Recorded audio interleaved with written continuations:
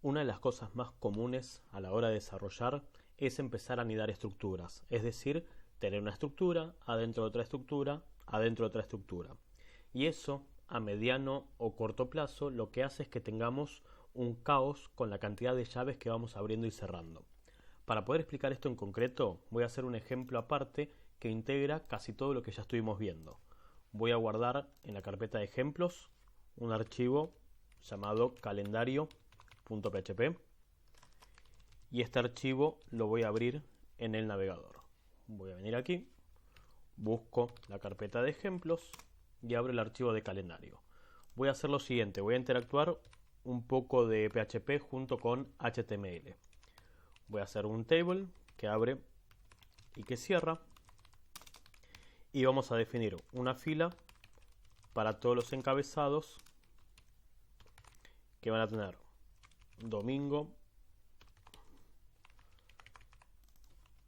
lunes, martes, miércoles, jueves, viernes y sábado. Y voy a poner un title que dice calendario y definir un poco de CSS muy básico como para por lo menos tener algo de formato. El table va a tener un borde de un píxel sólido negro. Lo vamos a establecer en todos los TD y los TH mejor. Y le vamos a decir sí al table que tenga un ancho de 350 píxeles y un border collapse de tipo collapse. Guardamos, vamos a la web y actualizamos y tenemos solamente los encabezados.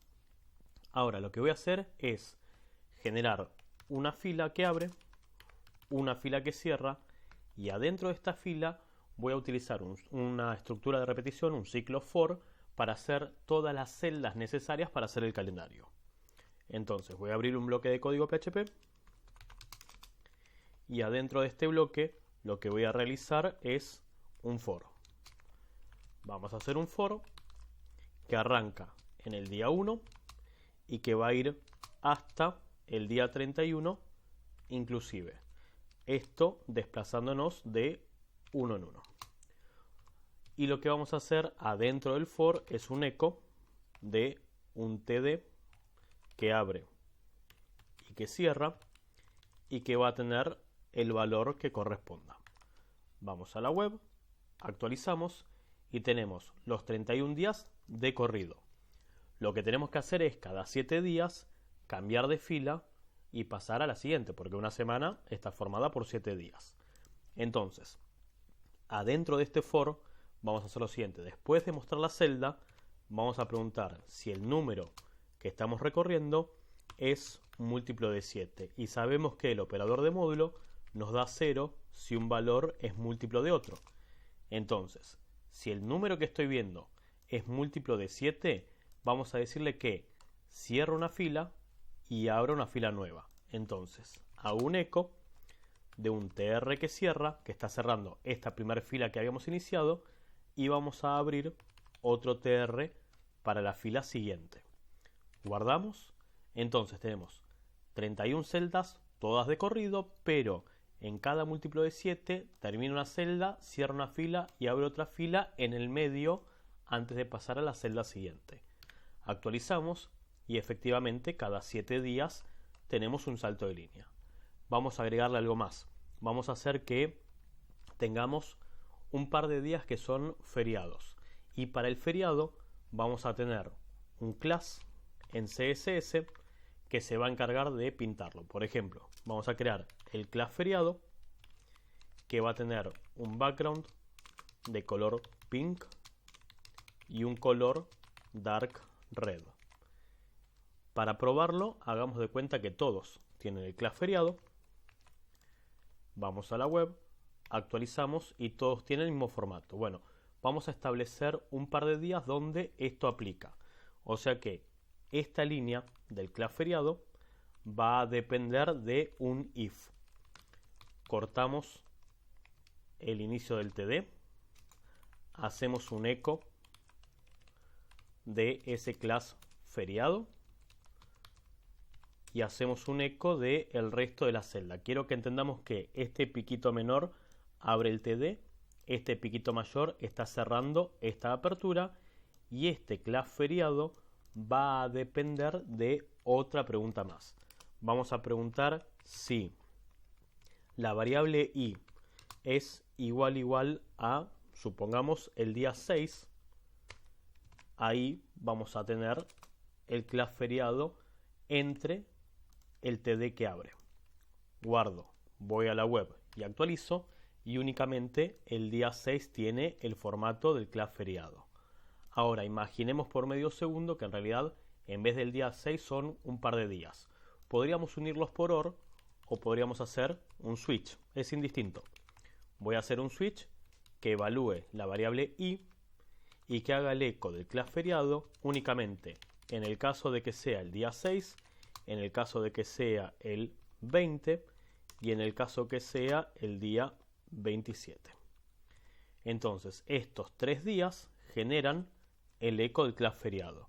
No hay break porque no tengo ningún otro case después y no hay default porque si no se cumple con ninguna de estas condiciones no me interesa hacer absolutamente nada. Vengo aquí, actualizo, el 6, el 20 y el 27 tienen el class feriado. Vamos a elegir otros días porque quedaron todos en la misma columna, ¿sí? Vamos a elegir el 25 y además el 29. Guardamos, vamos a la web, entonces el 6, el 25 y el 29 tienen el class feriado. Esto a mediano plazo lo que hace es que empecemos a confundirnos con la llave que abre y la llave que cierra y esta llave que abre aquí y que cierra aquí y esta de aquí con esto. Entonces, tenemos que empezar a trabajar con muchísima más atención cuando trabajamos con tantas llaves porque olvidarse de una llave, lógicamente, devuelve un error sintáctico. ¿Por qué? Porque terminó el archivo y me quedó una estructura sin cerrar. Volvemos atrás, la recuperamos y en este escenario PHP sabe que la llave que cierra en algunos casos es poco informativa, no nos dice que está cerrando, simplemente es una llave que está cerrando una estructura, así que agregaron al intérprete de PHP una sintaxis alternativa que en vez de trabajar con las llaves, trabaja con el dos puntos. Vamos a abrir la condición con dos puntos en lugar de llave para agrupar el código. Por ejemplo, voy a hacer un switch de la variable i y en lugar de iniciar todo el conjunto de código que agrupa el switch, voy a poner dos puntos. Y se va a extender el switch hasta que encuentre la combinación end y el nombre de la estructura que pusimos sin espacios intermedios. O sea que si es un switch, tenemos un end switch. Si es un if, tenemos un end if. Y si es un while, tenemos un end while. Voy a venir aquí y le voy a decir que en vez de cerrar con llave, hacemos un end del switch. Punto y coma, porque es una instrucción distinta del eco que sigue. Voy a la web y actualizo. Y el programa sigue trabajando normalmente y los tres casos efectivamente se pintan del color feriado. Esto entonces lo vamos a traducir a otro archivo distinto. Nos deja de la siguiente manera las distintas estructuras. En el caso del if, voy a tener un if que va a evaluar lo que queramos. Volvamos a hacer el mismo ejemplo del nivel. Nivel es usuario. Y en vez de trabajar con llaves, voy a preguntar si el nivel es igual a administrador. Dos puntos. Voy a hacer el eco de hola administrador. Punto y coma. En el caso del if, lógicamente cierra con end if.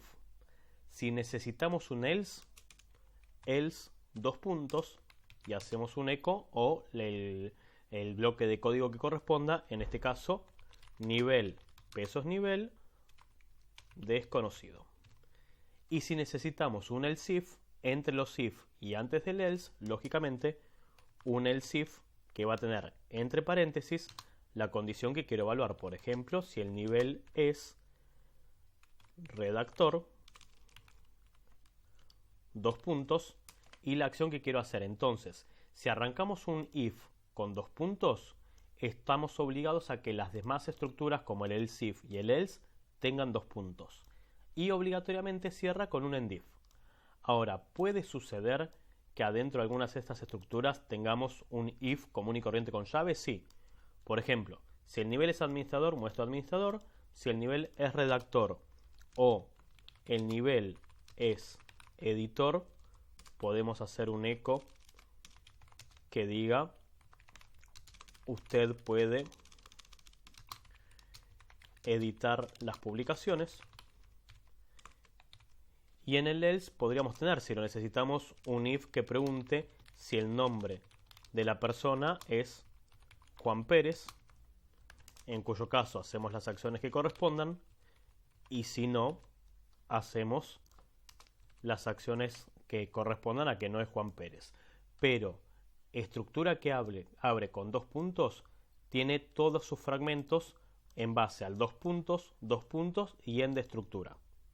Estructura que abre con llave tiene todas sus partes con llave, no las podemos mezclar, no puedo hacer un else que tenga 2 puntos. Entonces, si arranca con llaves, es siempre con llaves. Si arranca con 2 puntos, es siempre con 2 puntos hasta el cierre de la estructura, que es con el end y el nombre de la estructura que dio origen al 2 puntos. Así nos quedaría el if. En este caso lo voy a mostrar. Abrimos este archivo en el browser. Me faltó el .php, vamos a poner el .php. Y me dice, no existe la variable nombre, eso es verdad, nunca la definimos. Vamos a venir aquí y vamos a decir que nombre es Pepe. Tengo el nivel usuario, no es administrador, no es redactor, no es editor, cae en el else. Tengo el nombre Pepe, no es J. Pérez, por lo cual va a caer por nivel de usuario desconocido. O sea, no se cumplió ninguno de estos, llegué hasta este bloque, y no se cumplió esto, llegué a este bloque.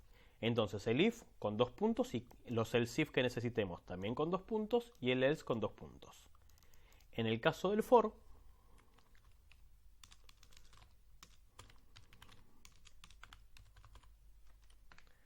también voy a tener el bloque de código PHP que necesite y voy a tener, como pasaba antes, la variable que da inicio, la variable que, la condición que establece hasta dónde nos vamos a mover y la operación aritmética que afecta la variable original.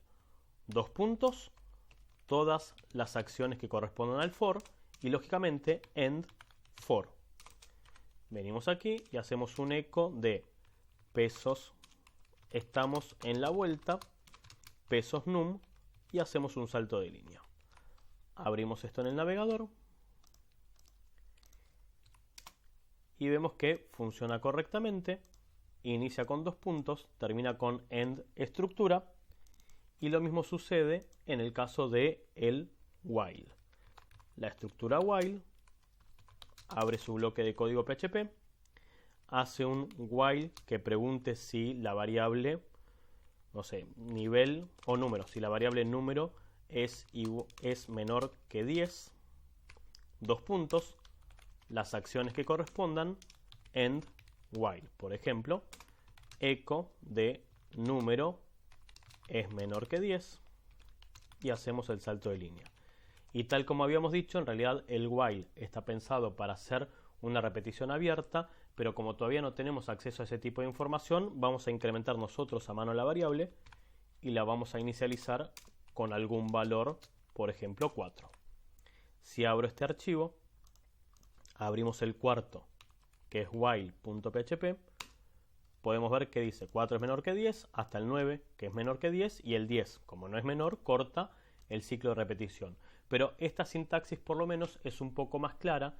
Si volvemos al ejemplo inicial, tendríamos, en el caso del calendario, el for del inicio, condición e incremento, 2 puntos, se va a extender hasta que encuentre, en vez de la llave que cierra, el end del for, y lo mismo va a suceder aquí, el switch que abre con 2 puntos y cierra con el end switch, y el if para hacer el salto de cada una de las filas que arranca con 2 puntos y cierra con su respectivo end if. Si bien, una vez más, toda estructura que abre finaliza y por ahí en la cantidad de código esto puede llegar a ser complejo de entender, es un poco más comprensible leer un end if y un end for que ver 2 llaves de corrido y estar adivinando qué estamos cerrando o qué estructura nos quedó sin cerrar que hace que se corte toda la ejecución del programa. La única estructura que queda afuera de esta sintaxis alternativa es la estructura do, porque obligatoriamente tiene que cerrar con el while que establece la condición de la repetición. O sea que el do no tenemos forma de modificarlo. Vamos a hacer el archivo do.php.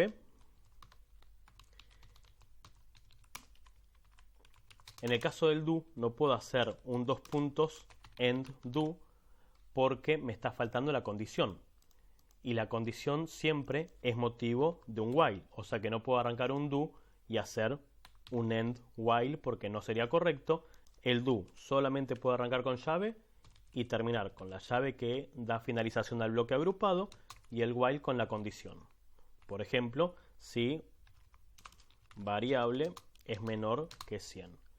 Y acá hacemos un eco de pesos variable es menor que 100, el salto de línea, e incrementamos la variable de 1 en 1. Y podríamos decir acá entonces que variable arranca siendo 50, por ejemplo.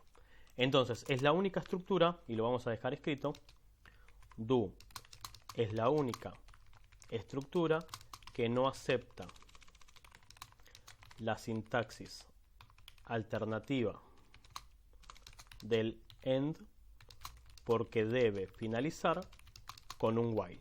Pero todas las demás nos permiten hacer un cierre un poco más entendible, sobre todo en una gran cantidad de código, que es lo que nos va a suceder conforme avancemos en el curso.